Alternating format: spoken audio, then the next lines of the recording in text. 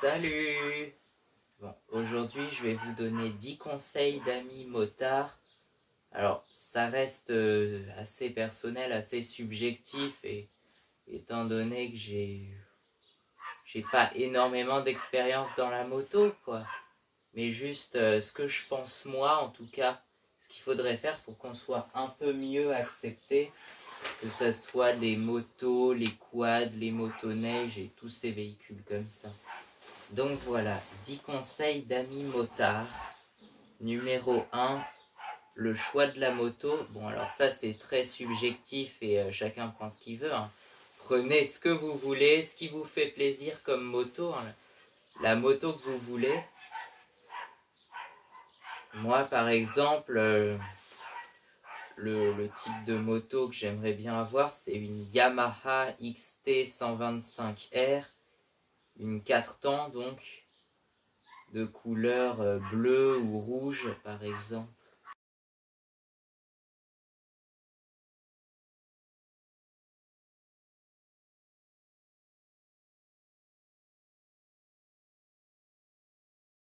Et là vous allez tous me demander, oui mais t'as quoi comme moto actuellement?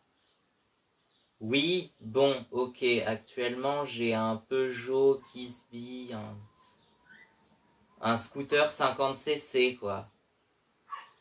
Bon, ne vous moquez pas, hein, mais on commence tous par là. Hein. On commence tous par les 50cc ou par les scooters. Donc, moi j'en suis hyper fier de mon petit scooter là. Ouais. Et oui, c'est un 4 temps, hein, si vous me demandez. Parce que moi j'aime pas trop les 2 temps, je trouve que ça fait un bruit... J'aime pas trop le bruit déjà, et puis surtout... niveau entretien et tout ça, c'est peut-être un peu plus compliqué, tu vois. Mais je ferai tout pour les sauver également et qu'ils soient également préservés jusqu'à au moins 2100. God save the 2 strokes and the 4 strokes.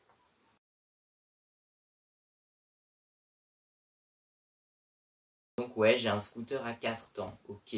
Bon, de toute façon, vous l'avez vu, mon Kisby, puisque il apparaît sur la plupart des vidéos de ma chaîne d'ailleurs, donc voilà.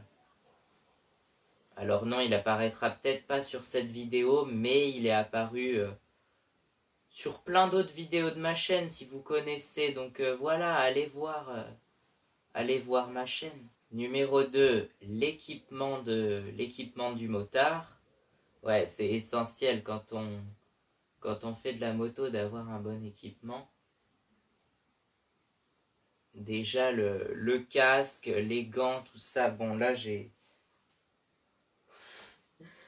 un short parce qu'il fait chaud en ce moment, mais je fais pas de la moto en short. Mais sinon, j'ai un truc qui est assez particulier. En fait, c'est un pantalon, quoi. Mais qui peut se défaire. Par exemple, les jambes, elles peuvent s'enlever. En fait, t'enlèves ça avec une fermeture éclair et ça te fait un short.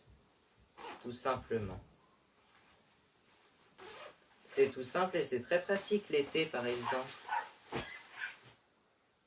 Donc des fois, effectivement, je mets ça pour faire de la moto, mais avec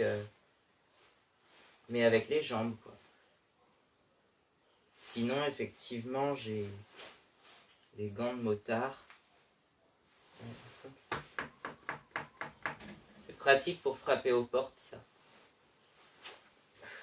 Par contre, ça tient chaud. Enfin, ça va parce qu'en fait, c'est à moitié aéré. Et en fait, quand tu roules, t'as pas trop chaud. Là, forcément, il fait 28 dans ma chambre. Là, cette semaine, il fait assez chaud. Mais quand tu roules en moto, enfin, en scooter, en quad, en ce que tu veux, avec le vent de face, en fait, t'as moins chaud. Et c'est ça ce qui est agréable, justement, l'été, quand il fait chaud, c'est que t'as moins chaud. Mais par contre, dès que tu t'arrêtes, là, tu crèves de chaud, effectivement. Donc, voilà. Les gants de moto. Je sais même pas ce que c'est, les gants. C'est quelque chose très... trendy. Trendy, ça doit être un peu comme ça. Bon, ok. Bon, fameux blouson de motard, hein, voilà, que vous avez vu. Alors effectivement, au début, je le mettais pas souvent, je le mettais très peu. Et maintenant, par contre, je mets que ça. Mais pas que pour faire de la moto, non, même pour aller, je sais pas, pour aller n'importe où, dès qu'il fait un peu fret, tu vois, voilà. Donc c'est un gros blouson DMP, parce que c'est écrit dessus comme le port salut. D'ailleurs, celui-là, en fait, on peut enlever l'intérieur parce que, je dois l'avoir là, juste à côté. En fait, il y a un intérieur, il y a une doublure pour l'hiver, tu vois, quand il fait vraiment fret en moto. Tu peux mettre ça par-dessus. Ça te fait une doublure. Mais là, bon, j'en ai pas tellement besoin parce que vu les températures qu'il fait actuellement, voilà. Ça fait longtemps que je l'ai enlevé en plus. Je pense que j'ai dû l'enlever depuis le mois d'avril au moins.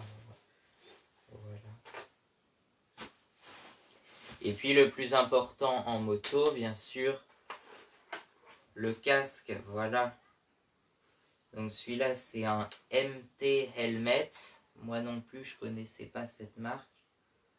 Apparemment, les marques de casques les plus connues, c'est, je sais pas, je connais pas grand-chose. Non, il y a Aston, Alpinestar et tout ça, là. Aston, Alpinestar. Je sais pas s'il y a un Furigan, c'est plus les blousons de moto et tout ça. Et puis, je cherche. Airo, voilà. Airo Helmets. Bon, je sais pas si ça se prononce comme ça, mais voilà.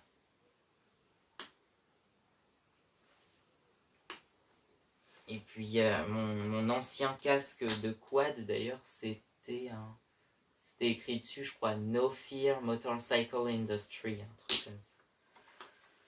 Voilà. Alors oui, ça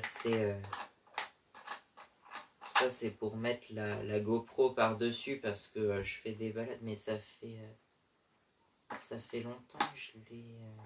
Enfin si j'ai fait une balade dernièrement, mais je la mets pas souvent la GoPro dessus d'ailleurs. Bah, d'ailleurs ça s'enlève normalement, je sais pas pourquoi je l'ai laissé dessus. Mais voilà, d'habitude il n'y a que ça qui reste dessus.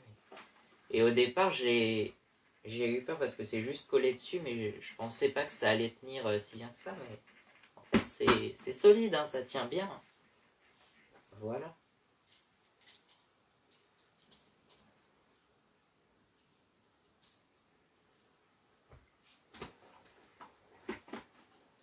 Donc voilà, l'équipement de motard, c'est le plus important quand tu fais de la moto. Donc voilà, il fait un peu moins chaud là quand même. Numéro 3, la vitesse. Alors bon, quand tu as un scooter qui veut pas avancer à plus de 48 km/h, est-ce que j'ai besoin de parler de ça? Je sais pas, mais moi-même en tout cas, ce qui est bizarre, c'est que du coup, je plafonne tout le temps à 48. Mais dès que je rencontre des maisons ou dès que je rentre dans une zone urbaine ou même que je rencontre des maisons, ça peut être un petit hameau, un petit lieu dit comme ça, je ralentis à 40 km/h, voire même en dessous des fois. Bon, ok. Quand j'aurai une moto qui va à 70-80, je pense que je ralentirai pas autant, mais dès que je croise un petit groupe de maisons, je pense que j'irai pas plus de 50-60 quand même. Et puis dans les chemins, bon dans les chemins c'est compliqué d'aller à plus de 30 km/h en général quand il y a vraiment des grosses bosses et tout ça, c'est compliqué d'aller vite dans les chemins, mais bon, c'est sympa. Et oui, le peu de chemin que j'ai fait avec mon Kisby, parce que je fais même du chemin avec, hein, il sert à tout. Et je me sers même des clignotants d'ailleurs, hein, dans les chemins. Bah oui, hein, pour indiquer un changement de voie. Tiens, d'ailleurs, transition, conseil numéro 4, les clignotants. Bon, ok, hein, c'est la base, hein, quand tu changes de voie, quand tu tournes et tout ça, tu mets le clignotant. Mais est-ce que vous, quand vous faites de la moto tout-terrain dans les chemins, vous pensez à mettre le clignotant pour indiquer un changement de chemin? Ah, ça, on le fait un peu moins quand même, hein. Bon, ok, hein, je suis pas là pour juger et tout ça, mais c'est quand même sympa si tu es accompagné d'un ou plusieurs potes de indiquer là où tu veux aller, par exemple. Donc de mettre ton clignotant pour changer de piste et de dire tiens, bah là je veux aller à droite, les amis, vous suivez, on va à droite, quoi. Juste pour ça, ça peut servir, quoi. Numéro 5, un point que je défends, ça va pas être facile de parler de ça maintenant, mais bon, en gros, c'est de faire attention à la nature parce que oui, c'est possible de faire de la moto dans la nature et sans abîmer la nature, quoi. Faut rester sur les chemins déjà, sur les voies de circulation. Parce que les chemins, c'est quoi? C'est des voies de circulation, c'est fait pour circuler quand même. Voilà, par contre, on évite d'aller dans les terrains privés et les espaces protégés en bordure des chemins. Voilà, c'est tout. Après, effectivement, si vous voulez vous arrêter quelque part ou vous arrêter à un endroit sans gêner personne, vous pouvez mettre sur la bordure du chemin. Il y a toujours en général un petit espace en bordure des routes ou des chemins, par exemple. Toujours un espace d'1 ou 2 mètres entre la route et le champ, par exemple, hein. Ce que je vous ai montré sur une de mes vidéos d'ailleurs. Il y a toujours un espace de quelques mètres même entre la route et le champ à la campagne. Ouais. Sinon, effectivement, vous pouvez être attentif notamment à la faune et la flore, hein. S'il y a des petits animaux qui passent, par exemple des lapins, des trucs comme ça, hein. Même si vous n'êtes pas intéressé par tout ça, ça vous coûte rien de leur dire bonjour et de les laisser passer, quoi. Voilà.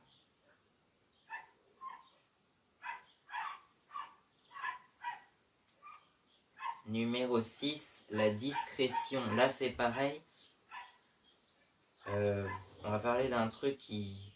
Je pense que c'est un bon conseil si vous voulez continuer à vous faire accepter et à faire accepter les véhicules, qu'ils aient pas une mauvaise réputation comme dans la chanson de Georges Brassens, quoi. Donc c'est mieux d'être discret et courtois.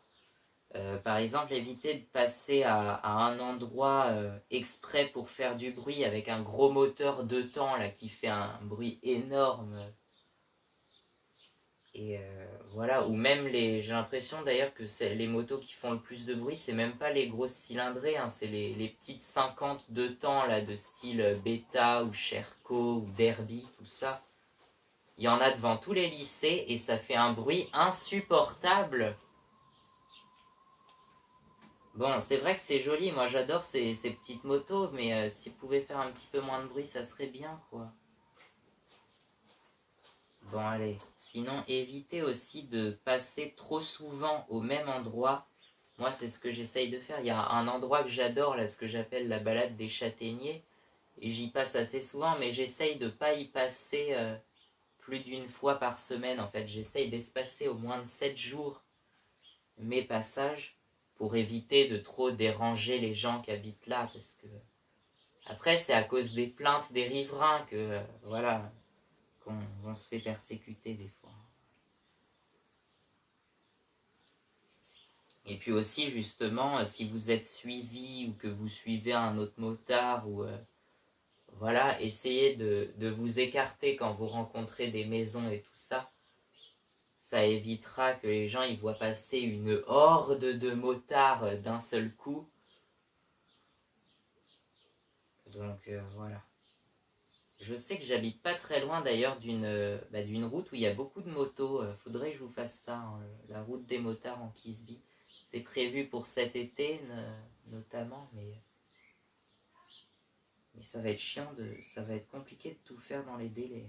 Numéro 7, la courtoisie. Donc on vient d'en parler. Si vous croisez des gens en balade, par exemple, des gens à pied, à cheval, en vélo, en moto, en quad, en n'importe quel moyen de transport, vous pouvez leur dire bonjour quand même, ça vous coûte rien. Moi, c'est ce que j'essaye de faire, mais en général, je suis tellement timide et j'ose pas parler aux gens que le bonjour s'entend à peine. En fait, le bonjour, je le dis le bonjour, mais il s'entend pas avec le bruit du moteur, quoi. C'est ça le problème. Bon, sinon, effectivement, j'avais parlé du fameux V-motard, là, que tout le monde connaît, hein. C'est la base quand on est motard de se faire un V pour se dire bonjour, par exemple, ou saluer les autres motards, ou même soutenir les motards. Moi, je sais pas pourquoi, mais ce V, ça me fait penser à Ringo Starr ou un... Ouais, parce que Ringo, des fois, il fait une sorte de V comme ça, en mode peace and love, les amis. Ouais. Bon, pour les plus jeunes qui me regardent et qui savent pas qui c'est Ringo, il faut savoir que c'était le batteur d'un des groupes les plus populaires dans les années 60, The Beatles. Voilà, vous connaissez tous ce groupe-là, ou au moins vous avez déjà entendu ce nom, sans même connaître une de leurs musiques, parce que ça fait longtemps qu'elle passe plus à la radio, mais voilà. Hey Jude, ce que vous emmenez en moto, dans votre sac par exemple. Ouais. Bon, moi effectivement, j'ai la chance d'avoir, j'ai un grand sac comme ça, un sac de Quechua de chez Decathlon, quoi, en gros. Ouais. Un grand sac où je mets tout ce que j'ai besoin. Et sinon, j'ai un grand coffre sous la selle de mon Kisby. Et puis j'ai aussi un top case, comme on appelle ça. Un coffre à l'arrière, quoi. Donc j'ai de la place, je peux mettre plein de choses. Mais maintenant, on va dire qu'est-ce que j'emmène dans mon sac. Alors, peut-être vous faire une scène ou qu'est-ce que j'emmène, qu'est-ce que j'ai directement dans mon Kisby, mais bon. Alors, qu'est-ce que j'emmène dans mon sac? Déjà, la famille Nounours, hein, vous les connaissez tous. Amandine, François, Booba, Renard et Frisquette, ou Frisa, comme on l'appelle. Voilà. Et puis aussi, de l'eau. Il est important de bien s'hydrater, comme... Alors, je précise pour ceux qui me le feraient remarquer, hein, d'habitude, j'ai une gourde que je remplis régulièrement avec de l'eau du robinet, qui est pas forcément très bonne. D'ailleurs, l'eau du robinet, elle a un peu un goût de terre en fait. Elle est pas terrible ici, hein, franchement. Mais bon. Donc oui, ça c'est de l'eau du robinet qu'il y a là-dedans. Hein. C'est plus de l'eau cristalline depuis longtemps. Hein, mais... Et oui, effectivement, j'ai une petite bouteille comme ça parce que, je sais pas, je trouvais que la gourde, elle commençait à avoir un goût bizarre. Enfin, l'eau, comme j'ai tendance à me méfier un peu de tout, tu vois, et...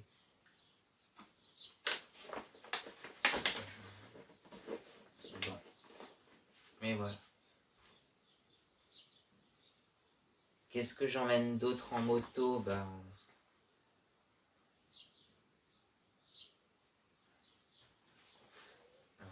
Alors effectivement, Sidonie et Rosélia, elles n'ont pas voulu venir, je sais pas, elles sont plus dans les nounours actuellement, elles sont en train de faire leur vie ailleurs, mais sinon elles sont là, voilà. Coucou. Sidonie et Rosélia.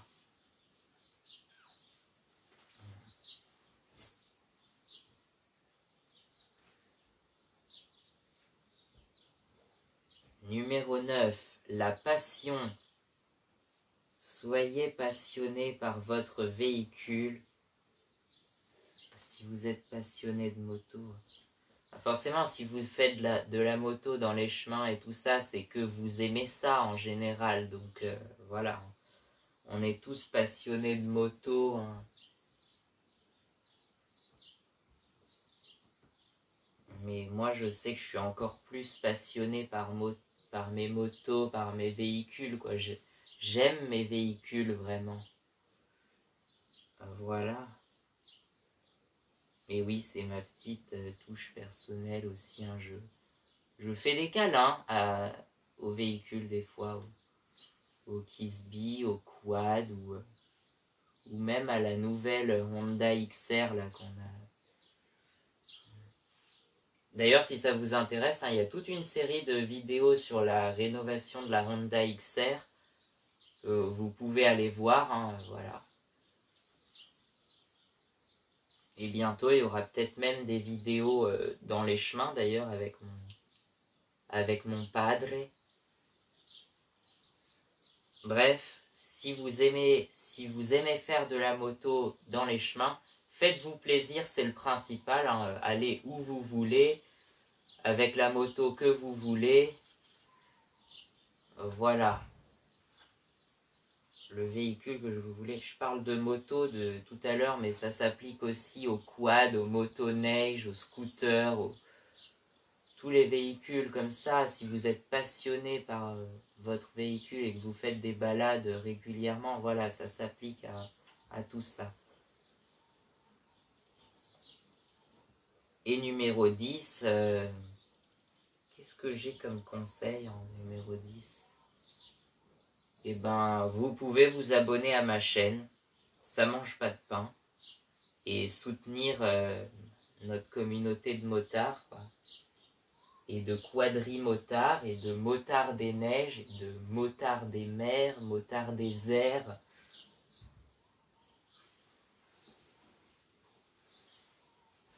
Tous les gens qui sont passionnés par leur véhicule. Et si vous voulez nous aider à faire perdurer les moteurs jusqu'à au moins 2100, les moteurs à combustion interne, hein, je parle, parce que les autres, c'est pas des moteurs. Eh bien, aidez-nous, ça nous fera plaisir, hein, soutenez-nous et faites perdurer les moteurs jusqu'en 2100, au moins jusqu'en 2100. En 2100, je serai peut-être plus là, d'ailleurs, hein, j'aurai 96 ans, donc ça m'étonnerait que je sois encore en vie, quoique comme on vit de plus en plus longtemps, hein, je serai peut-être encore en vie en 2100, j'en sais rien. Voilà, moi j'avais dit, comme slogan, j'utilisais beaucoup God Save the Quad, mais là j'ai envie de changer, Keep calm and ride a quad. Si, je crois que je l'avais déjà dit dans une de mes vidéos, mais bon.